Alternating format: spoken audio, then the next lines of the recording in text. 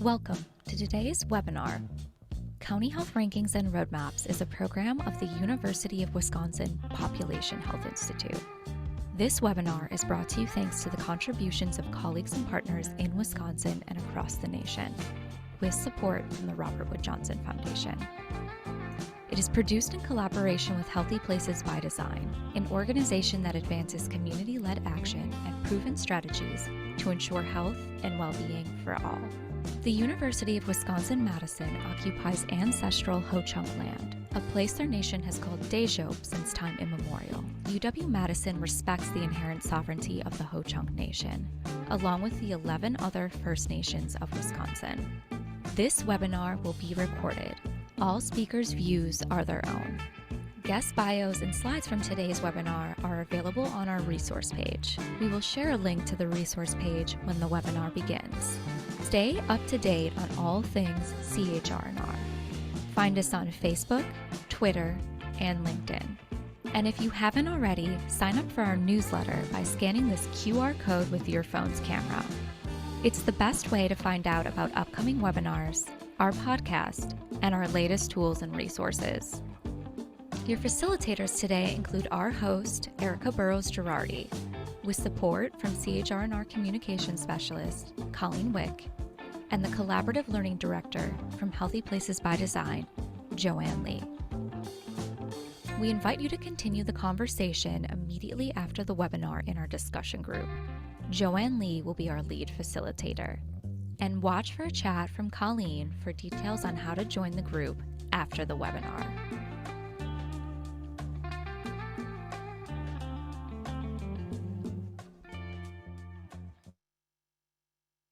Welcome to the Power of Narrative to Influence Civic Health. Hi, my name is Erica Burrows-Girardi. I'm so excited to be with you today. Hopefully this message you're looking at right now looks familiar to you. It's an example of a transformative narrative, and we've revisited this particular narrative many times this year. We believe that in a democracy, everyone has a voice in deciding how our society is structured. An inclusive democracy creates opportunities for everyone to participate actively in shaping the conditions that affect our lives. As we build a world where everyone belongs, we ensure that everyone has an equal voice in deciding how systems and institutions function. This transformative narrative holds the power to shape the world, folks, the policies we establish, as well as the behaviors and practices that we adopt. And with that, I am pleased to introduce you to Angela Acker. Angela is the Narrative Infrastructure Team Leader here at CHR&R, and I invited Angela to serve as a special co-host with me today for this webinar. Thank you, Angela, for joining us. So excited to be here today, Erica. And now I want to introduce you to other members of our webinar production team. I want to get started with you know who, Joanne Lee with Healthy Places by Design. Hi, Joanne. Hi, Erica. Hi, everybody in the audience. Thank you so much for spending time with us today on this really exciting topic about narrative. I am going to be monitoring the Q&A box during this live webinar.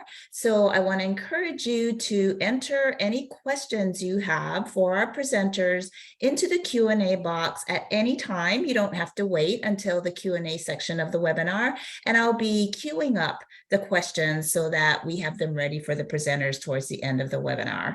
But now I want to turn it over to Colleen Wick, who's going to talk to you about how to engage with her in the chat box.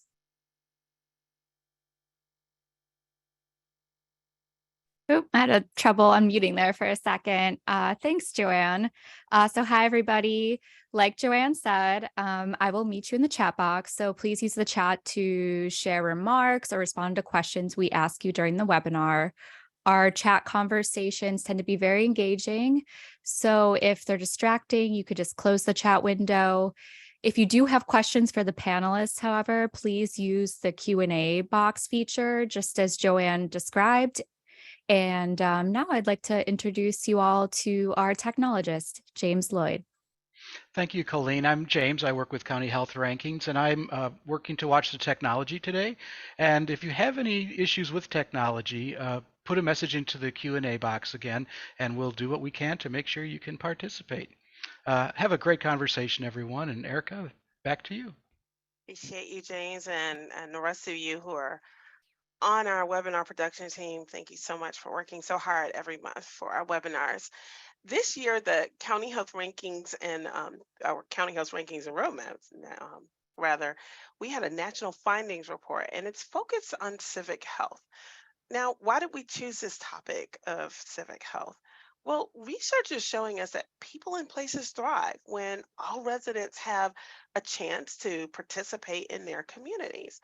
So I encourage you to read the National Findings Report to learn more about civic health and how it can influence our physical health and our mental health, as well as the measures that we have that show the state of civic health in your community. Now, you might be also wondering, why are narratives and civic health in the same conversation? Like, how are they connected? Well, I'm glad you're curious. Narratives have the power to influence opportunities for civic health, and narratives can influence decision making.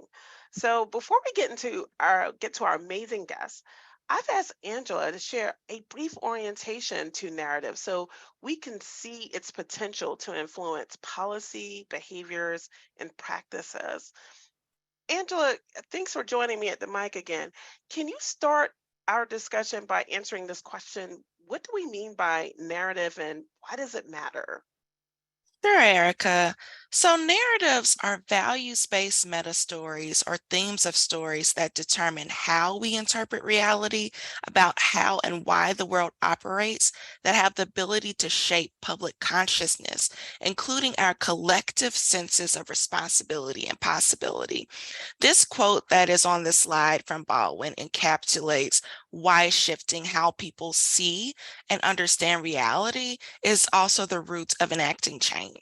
The world changes according to the way people see it, and if you alter it, even by a millimeter, the way people look at reality, then you can change it. And so narrative is a form of power. Martin Luther King Jr. said, power is the ability to achieve a purpose. Whether or not it is good or bad depends on the purpose. So we believe that to achieve health equity, we need to be able to understand and use power effectively. One framework that we like to use is from Grassroots Power Project, the 3 faces of power. The visible face is one that you most likely see, and most people think of actions like protests. The hidden face of power is the next step back. What happens in the back rooms, the networks of organizations influencing elected officials. The third, invisible face, we don't even know it's influencing us or the way we think. Narrative sits here and is how we influence the third invisible face of power by changing worldview. Narrative is all around us and it influences what we assume as possible. Because narrative influences the invisible face of power, they are like the air we breathe, or as in this model from the Narrative Initiative, it's like the ocean that we swim in. Our values and our worldview form the basis of narratives. Narratives, particularly public narratives or deep narratives, are then communicated through the stories that we tell and messaging. The underlying narrative acts as a frame or lens through which we communicate messages and stories and what we do. The first step in narrative work is identifying dominant narratives. Dominant narratives are those held by many people at a moment in time. One example of the dominant narrative centers around individualism, the sense that you have to pull yourself up by your bootstraps, when in actuality, some people don't have straps. Others may not have boots, and while others are centuries of steps ahead of the rest. Dominant narratives are omnipresent and insidious, guiding our thoughts and actions without us being aware of them. They are embedded in our institutions, structures, norms, policies, systems, laws, and our culture. Importantly, Dominant narratives are created. They are not naturally occurring or innate. Dominant narratives are drawn from and perpetuated by the values and beliefs of those in power and our reigning social structure, and only benefit a few. These narratives limit progress and limit the decisions and solutions we are considering. An alternative or transformative narrative changes what's possible and opens up the possibilities of many other solutions. And when it comes to the emotional impact of people, narratives are more powerful than facts. The past 5 years have shown us that in many alarming ways. We've all been affected by dominant narratives. But remember, dominant narratives were created, so we can change them.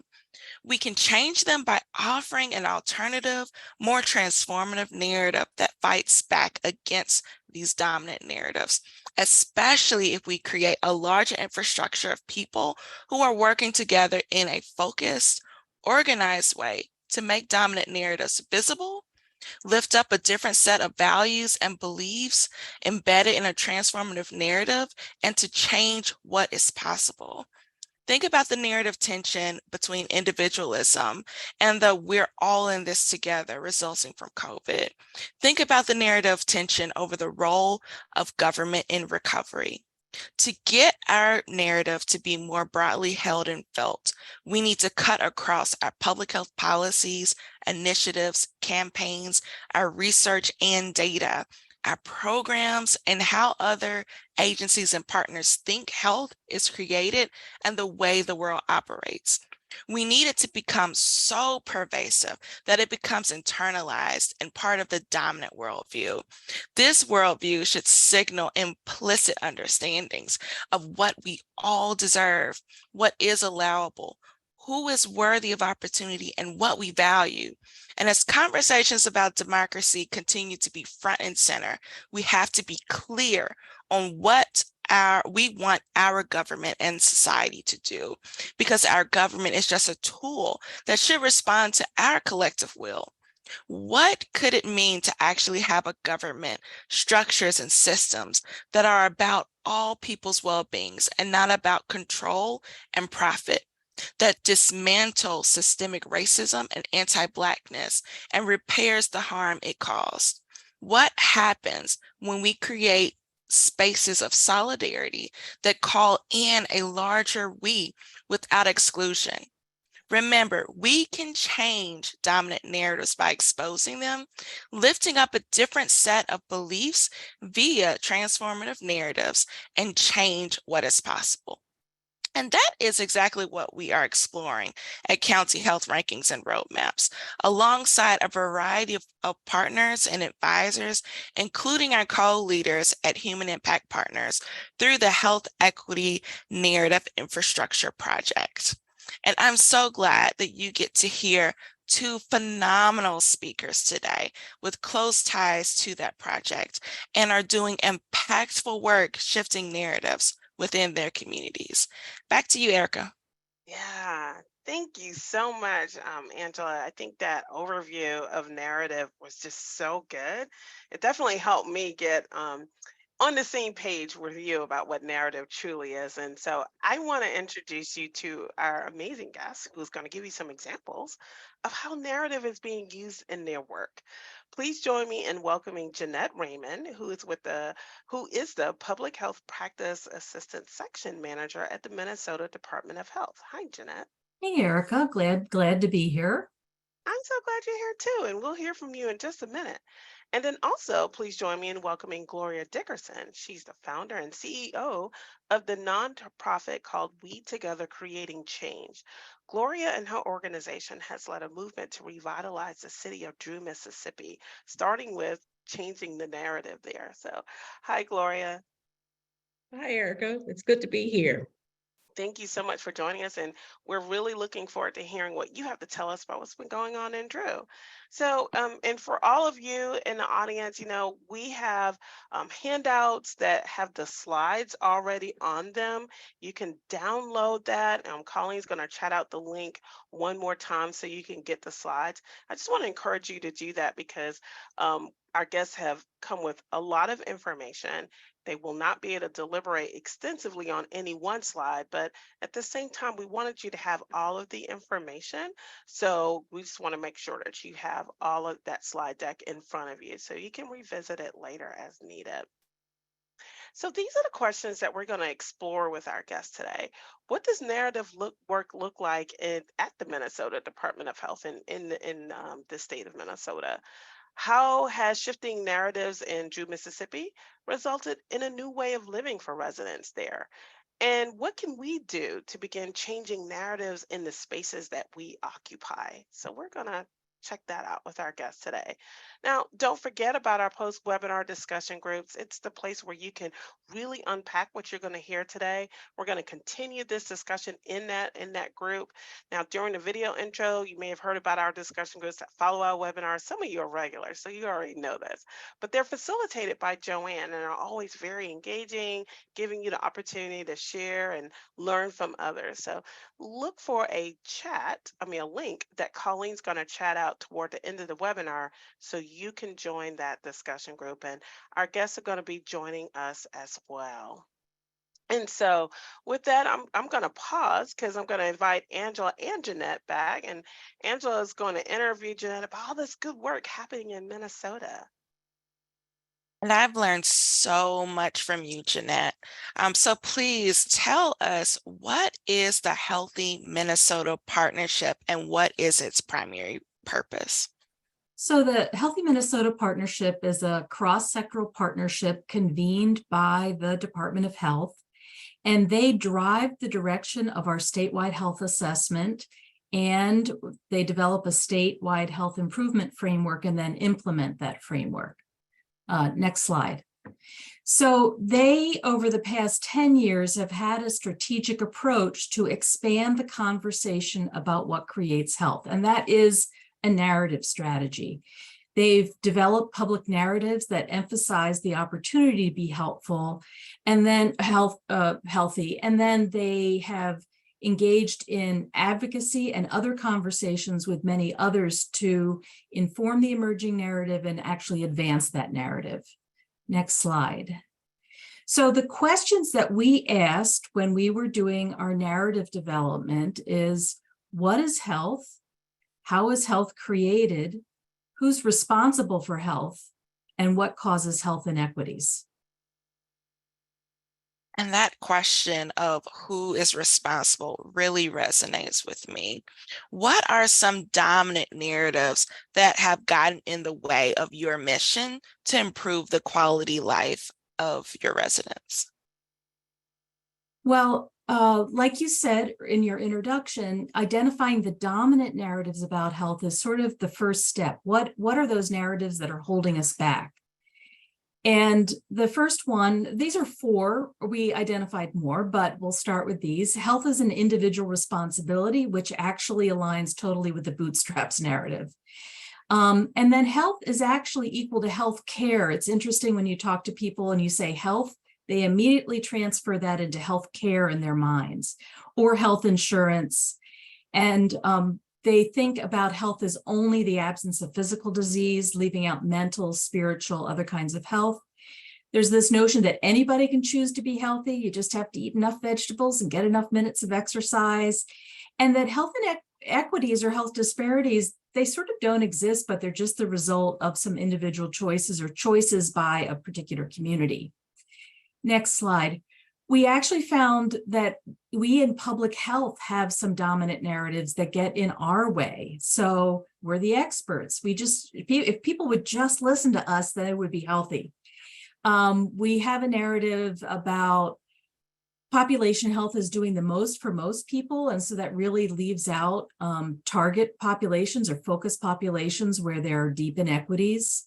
We can only do what we get funded for or what we can bill for. So that sort of limits us. And our swim lane is not about the social determinants of health. That's somebody else's thing, but we cannot do anything about it. So there's general narratives about health, and then there's some narratives within our public health field that get in our way. So what are some emerging or transformative narratives you created in response? So again, there's 4 here. There'll be a link towards that will be shared with you that we have 23 of these narrative statements. But here are 4: that creating health for all is the responsibility of all. So it's not just our individual responsibility, but our families, our communities, our state, our workplace, like everyone has a role in supporting health. That health is created by social and economic conditions, and even for those healthy behaviors, those are actually impacted by the social and economic conditions we find ourselves in. We're only healthy when we're healthy together, so it doesn't do good to have one person that's healthy if our whole community is not healthy. And these conditions, the social and economic conditions, are shaped by policy, which really informed our strategy moving forward. Wow, that's awesome. And how are you preparing your partners to develop new narratives and advance them in your work? So for a number of years, we used this process. We never actually picked a particular policy or developed our own policy. We looked at what were the current conversations in the policy arena, either at the state level or the local level. And we would brainstorm them with the partnership and with our fellow travelers. We have a lot of fellow travelers on the partnership. And we would prioritize those policy issues. And each year we would take 1 or 2 issues and develop some framing language to connect the issue to our emerging health narrative. So we looked at paid leave and health, income and health, incarceration and health, housing and health. Like, what's the connection between those policies and our actual health outcomes as a state? So once we developed those frames, we actually helped partnership members and again, others to practice making connections with various audiences. So one of our members, Isaiah, took those narratives about paid leave and health, and they trained their activists to use those narratives to advocate at the state legislature for increase in paid leave. We finally got that this year. It took many, many years. And then as a partnership, we would hear back reports on advocacy issues so that people can learn from each other and what their activities were. Awesome. Impact. It really does take time. Thank you for that information. Can you share examples of the state health improvement plan priorities and the policy framework? Yeah, so I wanted to share this example because it's sort of our most current thing. During COVID, we asked the partnership the question, what policies, had they been in place, would have allowed a better response to COVID and led to better health outcomes for communities. So they brainstormed a whole list of issues, but came up with these final 3: paid sick time, housing stability, and access and utilization of broadband. And then what we did is they could advocate for them on their own time, or in their own way, in their own venues, which they did. Many of our healthcare partners were very interested in broadband because they were allowed to use telehealth during COVID, and they wanted those policies to continue. That really helped with mental health. But access to broadband is important for a whole range of things, including employment, education, transportation.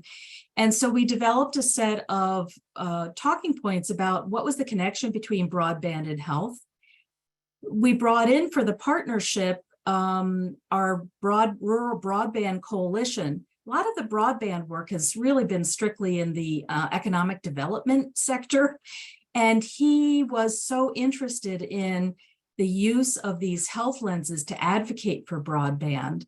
But he also shared with us where to do that advocacy. So there's a lot of federal legislation that is putting more money into broadband, but states are making policy decisions about where and how to use that money in the state. And we did not know, but at the local level, many counties have boards that are making decisions about how to use those monies locally. So then we unleashed the partnership to go advocate both at the local and the state and the federal level on different policies related to access to broadband. I sort of honed in on that because you can sort of see that you can do this kind of thing at different levels. And I tell also us, did- oh, go go ahead. ahead, Jeanette. I just No, wanted you're to- about to answer my question. Oh. I wanted to say that we've done this for many years, and so we have influenced legislative policy for paid leave at the state, city, and county levels. The minimum wage increase was advanced. But I want to point out to people that this can also be used to change corporate policy. In Minneapolis, we had a group of low-wage workers who were doing contract work for big box stores, including Target, and they went to Target and they said, you need to let us unionize because the wages you're paying us are taking 15 years off our life. They were able to use the data that we had collected related to income and health. And then the final point I wanted to make here is that there's also, think about your program policies or your personal policies, but program policies, a lot of our work with families and children, youth with special health needs, including hearing loss, focused on navigating services.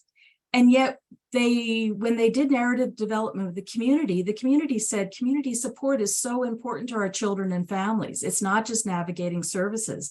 So then they began to think about, well, what are we doing on our program that's advancing community supports, not just service navigation? So they've changed a lot of what they're doing and how they talk about their program. Awesome. I love how you show those key examples of how narrative strategy affects policy and gets us to those policy solutions. Thank you for that. You read my mind. What training and solutions do you make available, or did you make available to the partnership to deepen their learning? Well, we actually are still doing some of this. We trained 20 people to do narrative development facilitation and also narrative training. Most recently, we used it with a number of local public health departments, and where they brought in their partners and had them think together how narrative is impacting their local public health assessments. But we've trained probably close to 1,800 people across the state. We have very robust web pages that shares our work in the history, including narratives and tools. So that's available to people. We also looked at institutional policy, and we trained many of our partnership members on a process to review their own internal policies with an equity lens and then make changes. That impacted a number of organizations that are part of the partnership to change their own policy review process. And then, as I mentioned at the beginning, we give people opportunities to practice, we uplift advocacy opportunities, and then we want to hear the successes. So we keep building that muscle to use narrative to influence policy. Awesome. Thank you so much, Jeannette. I've learned so much from you and even more today. Thank you for being one of our advisors. I'll toss it back to Erica so we can learn more. Yeah, I want to add my thanks as well. And some of you may have some questions for Jeannette. Just want to remind you to enter your questions into the Q&A box, and Jeannette will be circling back to you when we come back for questions. But right now, I want to ask Ms. Gloria to rejoin me at the mic. How are you doing? Are you ready? Because I'm ready. we want to know about Drew, Mississippi. So briefly tell us about Drew, its history, and what it's like today. Okay, Drew, Mississippi, it's in Sunflower County. It's located in the Mississippi Delta, where the Mississippi Delta is one of the poorest areas in the nation, where there are a lot of poverty and everything. Now, prior to the 60s and 70s, actually in Sunflower County, there was a lot of experienced agriculture workers here. And so there was a lot of sharecroppers. And we were doing good in terms of our downtown area and just in terms of the city itself. But early in the 1970s, immigration came to town. And then after that, there was a lot of white flight where people were moving out of town. They were going somewhere else to private schools so that they wouldn't have to send their children to public schools. And so the schools were actually racially segregated again because of the private academies that they flew to. And the consequences of that is the state penitentiary moved. There were a lot of people who worked at the state penitentiary, which is about 10 miles from Drew. And a lot of those people had higher incomes, so economy declined. There were the loss of the well-paying jobs, and a lot of left, and the tax base left, which was a blow to the town when the tax base left. The quality of public schools declined. Drew High School closed. Students started being bused, and the extreme poverty level led to blight, and it led to a lot of hopelessness in the community. Yeah, I know that there's a lot of communities that are kind of having this same history, and that started out being fine, and then that economic base left, and then we saw this decline. And like some of these other communities, Drew is still having some challenges today because of that. Yes, that's true. Even today, we're still losing our young professionals, so they're seeking better economic opportunities because it's still an impoverished community. And so there are not a lot of work opportunities here now, and we're not able to attract any private or federal investments. Drew really don't have the capacity to advance housing and things like that. And we are in need of some outside investment support. So we still need the support here. We're trying to move forward, and we are moving forward somewhat, but we need more support in Drew. Well, I will tell you, Ms. Gloria, Drew is very lucky to have you there. You have been invested in this city even when you were a teenager, since you were a teenager, because you were involved in the desegregation fight there. So I wanted you to just kind of briefly share that story, because it's what the challenges that Drew faced is what brought you back to this city. So just kind of take us on that path and how you came back to Drew. Well, when I was in the 7th grade, the school district, because of orders from the federal government that had said that they had to integrate the schools or desegregate the schools. So the school district sent out a freedom of choice plan so that any child could go to any school that they wanted to. So my parents and my family, 7 of us, decided to go to Drew High School. And it was only, when we got there was only 7 of us in that classroom. And the situation was really pretty bad going to school like that, being the only Blacks in our class, that finally we decided to file a lawsuit against the school district and said the freedom of choice plan was not working. And we wanted a good education, but that was an intolerable burden trying to go to those schools every day and try to get that education with the treatment we were getting. So we won that lawsuit, and the freedom of choice plans was thrown out, and the schools became integrated for about 10 minutes, about 50. I'm exaggerating now. Right. But as soon as the schools became integrated after we won that lawsuit, that's when the kids started to go to the private schools. And so it was segregation all over again. Yeah. And so I know, by the way, that's Miss Gloria that I just highlighted. I know you went away, went to college, and then you made the decision to come back. Tell us why. I made a decision to come back because when I grew up, we were, my mom talked so much about education. Education is the key to move yourself out of poverty. And she wanted to make sure that we all went to school, we all went and got to college and had good careers. That happened. Education was the key.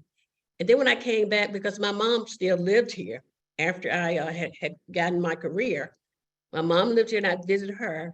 But after she passed, I was asked to come back to make a presentation to the schools and talk to the students. When I talked to the students, they started to tell me about what things were happening at their schools in terms of they didn't have books, they didn't have computers, they felt like they weren't being educated. And I said, now we worked hard back in the 60s so that you would be educated. So I have to go back and find out what's going on. Why are these kids not being educated? And why are people still living in these conditions? Yeah. That's why I went back. And started having these community conversations. We started having community conversations because I was interested in turning that situation around. I know that we could move from poverty up, and we started having conversations. And so I would invite people in to just talk about what's going on in Drew and why is it like it is, And at first it was a narrative of scarcity. What I mean is limitations. We can't do. We don't know how to do. things have always been this way and things will always be this way. So no matter how many meetings we have, things are not going to change. And so they listed the things that they did not have. It was things that we don't have fresh food. We don't have playgrounds.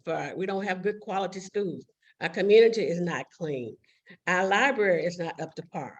We don't have drivable streets. All of that they talked about, and they were venting. They really wanted to get it out. They wanted to be heard. And so that's important, is to listen to what people have to say. And what we actually did, we put all of that on a little flip chart, put it on the board, and say, we hear you. But what we want to do now, we want to start talking in a different way and speaking in a different way and having a conversation in a different way. So that's when we shifted the narrative. That was our next step. Let's talk about what it is that you do want. We've heard what you don't want, what you don't have, but we can create some things here, you know, and we can talk about opportunities and we can talk about possibilities. And, you know, they were, at first they were a little like, okay, yeah, what good is this going to do? And then we started talking about, so what it is that you want to create? What do you really want in this community? And we came up with another whole list. And this list was in the positive. And they started to talk first about wanting a grocery store, because we didn't have one. They talked about a school, playground, affordable home, a refurbished library, beautiful community, space to meet and learn, and just have access to medical care. What they wanted was to help build their self-esteem also. And they wanted some hope that we could have things in this community that a lot of people have in the middle-class community. We want to have some of those things in our community as well. And so go ahead. No, you go ahead. I was just going to say, I love how you all shifted the narrative. I mean, you know, it was this like, what is it we don't have? And it was like such hopelessness. And you're like, we can change this. And it just, I love the optimism there, because that was important. And I also love the fact that you said, first, it was important to hear, listen, and have people know, we hear you. We hear you. We understand your suffering. Right, exactly. That was very important. And then so we said, we can do this. We can do this. And everybody agreed. So the people, someone were curious about, how are we going to do this? And I said, once we decide that we want to do this, then we'll ask for help. We'll ask for the help that we need. And so we started to call people in. For example, around housing, we had someone to come in. We had someone to come in around education. We had someone to come in around the playground. All of these things, we had somebody from economic development become part. These people that came in, I mean, they joined our team. They didn't just come in and leave. They joined our team. So we made up the Drew Collaborative. Was a team of people, mostly from the community, but also some experts that could help us get some things like different things in our community. And so the Drew Collaborative started meeting, and we did a strategic plan, and we also prioritized where do we want to start. And mostly people want to start with a grocery store. And another main place they wanted to start was, we want a playground. At least our kids need to go somewhere and play. And here we're seeing on the slide, there's Hope Credit Union. Hope Credit Union was also a partner, and they are CFDI. They moved into our community, and so they've been helping in terms of making loans and bringing in some capital. So we know we needed that also. So we invited them in, and they came and became part of the collaborative as well. Great. The next slide is someone also from the Hope Credit Union came in and helped us with the grocery store. They helped us do an analysis of whether we could have a grocery store in our community. We did all kinds of studies, and we traveled around the country to see what other low-income communities were doing. And we decided that if we could get the grocery store right now, at least we would get the grocery online order and delivery service. And what that is, we call it goods. We provide access to food by the residents go online, order their food, we pick it up, and we bring it back and deliver it to them. And that way, that even though they don't have the transportation to get there, we provide that so that they will have the food that they eat. Because when I came back, I was amazed. Like, I can't buy an apple in this town. I can't buy a community banana in this town. Right. And we had to do something about that to make people able to have good food and provide access to food in the community. And here we have I know one of the things that the residents said is they wanted a space to learn and to gather. And I learned this incredible story that May Bertha is actually your mom. So tell us about the Learning Center. Yeah, May Bertha Carter, she's very, in this part of the country, very well-known civil rights activist, and she's my mom. And I named the center after her. I made her the Carter Learning System because she always said education is the key, and you need to learn, and you need to learn, and you need to learn. And so I said, when I'm back here now, I need to teach, and I need to share my knowledge with the community. So we opened up the center, and we invited the community to come in and take classes. And they were very happy about that. I really have a wait list of who wants to take the classes. And the classes include not only things about life skills, but also we do financial management, we do cooking classes, we do meditation, we do all kinds of things for the community that the community can get interested in. We've had dance classes, we've had all kinds of stuff just so the community could know that there's something else besides going to work and coming home, but it's a place also to learn and have some fun and learn. And be healthy and learn. I love that. Yeah, I love that. And is this the playground that you all eventually built in response to what the community said they wanted?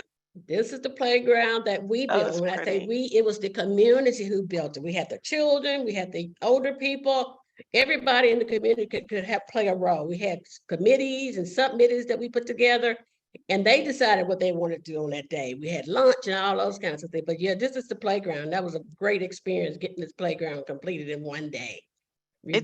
One day. Okay, so hey everyone, I just learned something new. I did not know this was done in one day. That's amazing. Well, the planning was done beforehand, about 6 months beforehand. The actual build act happened in one day. Oh wow. That is amazing. Yes. And this is on this slide, you see we get together outside now. When I first came back, we didn't get together outside. We get and have concerts. We have outdoor concerts like they have in the cities. Yeah. And we do Drew Day here, and we also do Juneteenth here. Before I got here, we didn't have this pavilion. We would bring in a trailer every time so that the bands could stand on top of a trailer. But Hope helped us to build this pavilion so that we could get out and have our concerts and wouldn't have to bring in trailers and things like that. And it's permanent, so we can use it. Oh, that's nice. And keep in mind, folks, that part of civic health is having these spaces where people can gather, learn about each other, and have space to just give input into what they want out of their community. So it's important for communities to have these spaces. I'm so glad that Drew has that as well. I know one of the things that you all are continuing to work on is blight removal and housing development, making affordable housing available, right? Right. We're tearing down houses. Some of them are already on the ground, so we tearing them down. And we had a goal to get about 60 down because in the community, we rode around and the community made a decision about which ones need to come down, to prioritize which ones need to come down. And as of now, we've had about 40 already down. Oh, so we still have some more to go, but that's progress. And so those spaces where we have torn these houses down, we anticipate putting new affordable homes in these spaces where the land that we cleared out would be owned by the city, but would be donated to anybody who wants to, along with a down payment assistance, anybody who wants to buy a home. That's wonderful. And that's another way to keep your residents there, right there at Drew, rather than having them leave. Yeah. Right. And I know that the community said we need a better library. And we have a better library. We said we're going to get a better library. We had no idea where the money was going from, but we said we are going to do something with the library. And so Drew, Mississippi won the Robert Wood Johnson Culture of Health Prize. We used that money, part of it, to put a roof on the library. And now the children can go back to the library. Adults also use the library. And they can sit there and they can use the Wi-Fi there, and they can use the books there. And so that solved that issue also. But it's more like, this is what we wanted. I never would have thought that that's one of the things in the town that the people wanted, but they said, we want our library. And so we created that. Yeah, it's one of the benefits of literally listening to the community and then responding, because they know best what they need and desire. Now, I don't want to close this interview without you sharing a little bit about the Emmett Till Academy, because this is so important. So would you be willing to just tell our audience about this academy? It's so special. It is special because it's Emmett Till Academy. And for those who don't know, Emmett Till was murdered right outside of Drew, Mississippi. This is a place where Emmett Till was murdered back in 1955. And most of our younger people and some of our older people do not know what happened in terms of the civil rights history in 1955. Most of them know very little about their African-American history.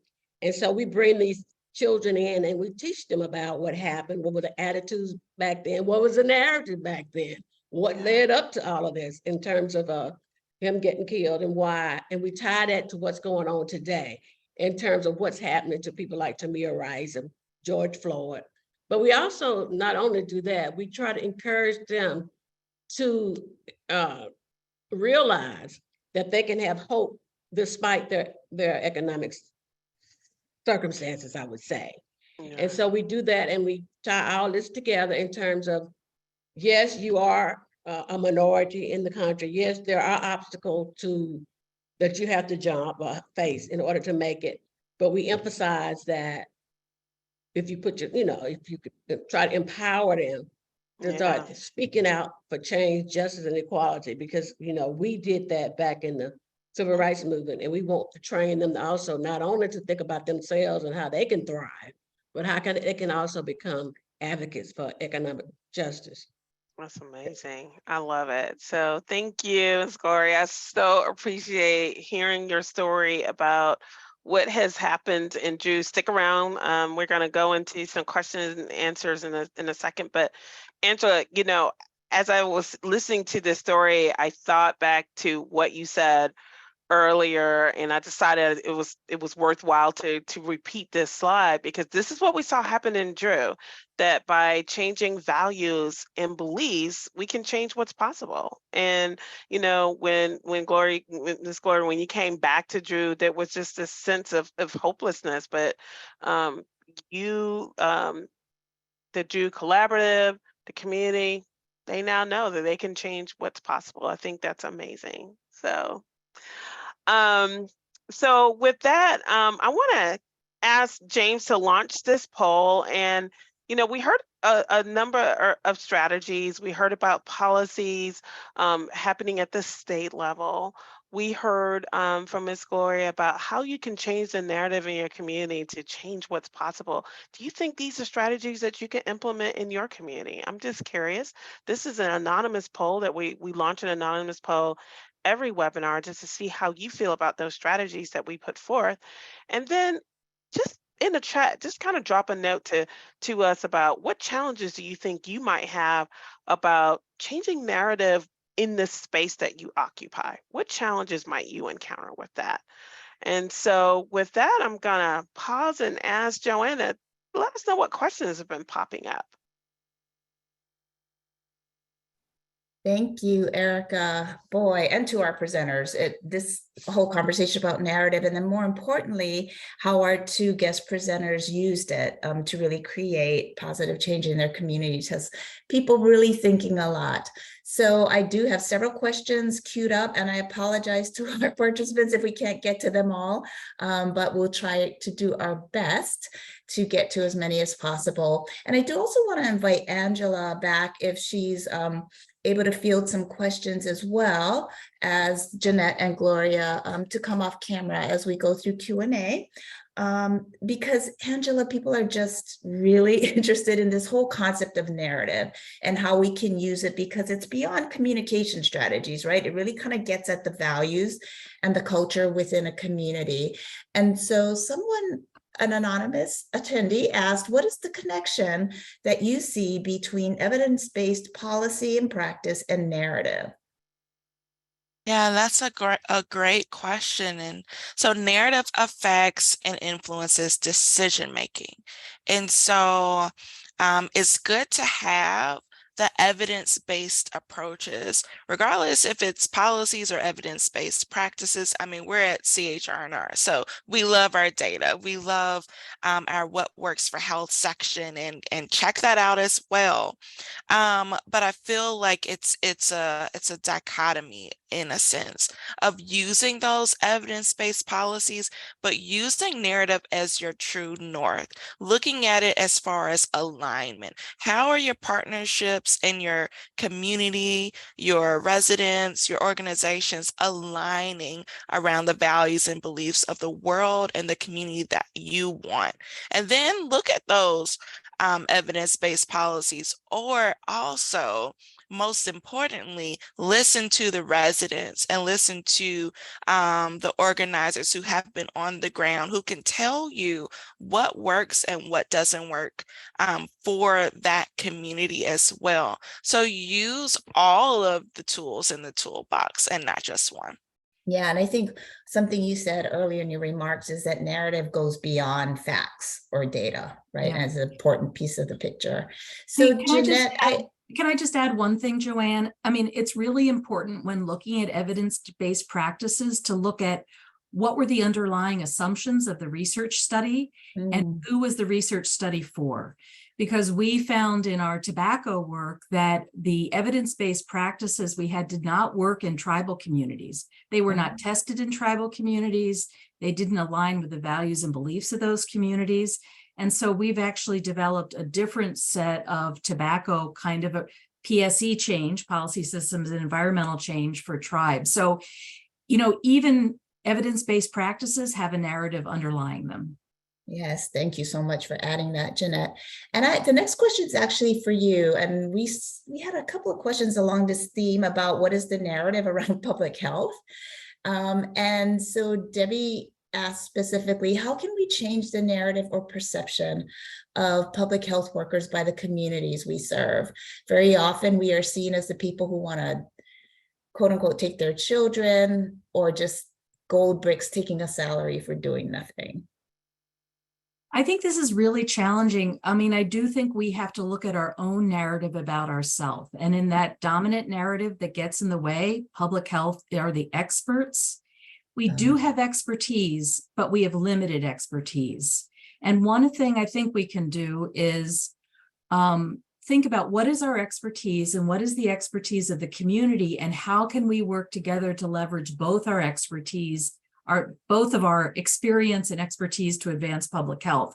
Too often, I will tell you, I hear a lot of public health people saying, oh, if they just did what we told them, things would be better. But one of the narrative projects we did was with the African-American community around infant mortality. And no, you can put your baby to bed the right way, you can get the right crib, you can do everything right, and still the infant mortality rates are going to be higher. So we have to be a little bit humble about our own expertise, look for expertise from the community, and also think about the conditions that are creating the health problems. I love that, Jeannette. Start with what narrative do you have of yourself or your profession? Absolutely.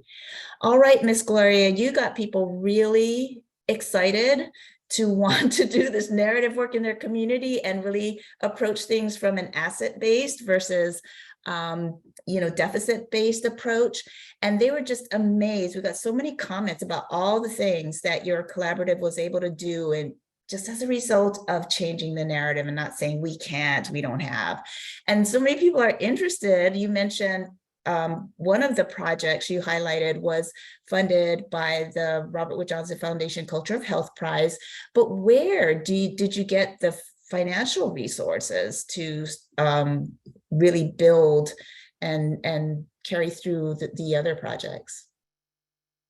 Well, we had I did have some connections, but also with the collaborative, some of those people who came over to help us also helped to get funding for example, the access to food, the grocery store, the Hope Credit Union helped us with that. And some of it came from foundations. We got money from other foundations to do my work. So it came from different sources, but it happened because I think what I've always believed was that once we decided what we wanted, that the money would come, and the people say, sure, the money's going to come. It did come because we had connection with the people on the collaborative. They had connection with foundations. They recommended us to foundations. Also because my mom and my family was civil rights workers, we had connections with people who recommended us for grants or recommended we together for grants also. So it was a whole history of everything that has gone on with me came back to me when I came back to the community. And it helped me to connect with the people again and also to get funding. Some of it I am a retired from the Kellogg Foundation as well. And so they were helpful in getting grants to the project as well. Yeah, so it sounds like in building a different narrative, a transformative narrative, you were better able to engage partners who could get investors and leverage sources of funding that way. But it really kind of required everybody rallying around that narrative and the can-do attitude. Right. And when they would come and talk with us and we get in our meetings, the people in the community had so many aspirations, and they started talking about, oh, we do want this and we can create this and we're working together to create it. We just need your help.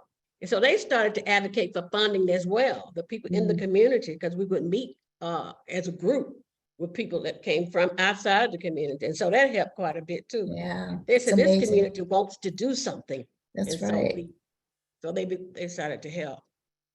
Good. Well, I think we have time for one more question that maybe each of you can touch on, and that is, can you all speak a little bit more about, there's a narrative that the individualism, like people make a choice, whether they want to choose the healthy behaviors or not choose the healthy behaviors. And so if that's such a strong part of the current narrative, how do we sort of counteract that?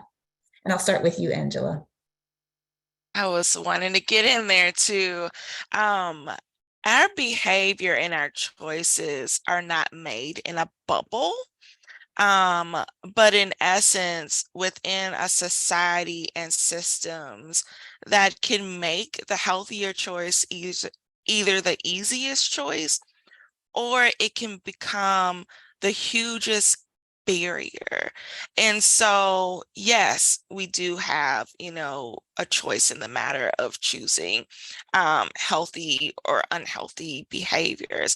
But I mean, just pointing out our county health rankings and roadmaps model, it shows how social and economic factors, it shows how even things like voting and our civic health affects how long and how well we live. And so we have to understand that our conditions affect our health.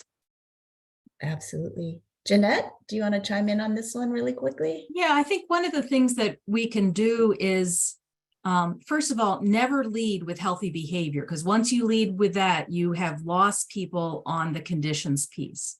But you can make the connection between conditions and health. So you can make the connection between living in an unsafe neighborhood makes it really hard to get outside. Living in a food desert makes it, as Gloria shared, makes it hard to get those fresh fruit. Even if we want to eat them, how do we get them? Because they're not there. So never lead with a dominant narrative. That's one. And then two, make that connection between those conditions and how they're impacting health. Wonderful. Well, thank you so much. Erica's back on screen, which is my cue that we need to wrap up. So thank you again for fielding the questions. Folks, come over to the discussion group if we didn't get to your question, because we'll have our presenters there to follow up. Erica? Thank you. Thank you so much, Joanne. And such good discussion. I love it. Colleen has already, I should say, chatted out a link to our survey. So please take a moment to fill that out later on. You can click on it and then save it and complete it. Next month in June, we actually have a treat for you. Dr. Sandra Galea, who is the Dean of the Boston School of Public Health, is going to join us for a candid discussion about the future of public health. During this webinar, we're going to explore the Public Health 3.0 framework. Some of you may have heard of that and maybe even using it in your work. But this framework is helping public health and equity experts like yourself reimagine what an equity-centered public health system could look like. So you don't want to miss this conversation. The link or the registration link for that webinar is already on our website. So make sure you join us next month on June 20th. And Colleen, if you would, go ahead and chat out that link to our discussion group. Hey, listen, if you want to continue this discussion with Miss Gloria and Jeannette, Joanne and me, please come. It's been such a wonderful webinar, and I thank them very much for sharing their expertise. But join us in the discussion group. And hey, stay connected to us. The best way to learn about all of our resources is to sign up for our newsletter, but we do have our presence on Facebook, Twitter, and LinkedIn. So I hope to see you all next month. And I want to thank Angela Acker for being my guest host today. She will also be in the discussion group, and as well as Jeannette Raymond and Gloria Dickerson. And believe me, I am so appreciative to you. So thank you all for the work that you do in your communities to create equity every day. And I will see you next month.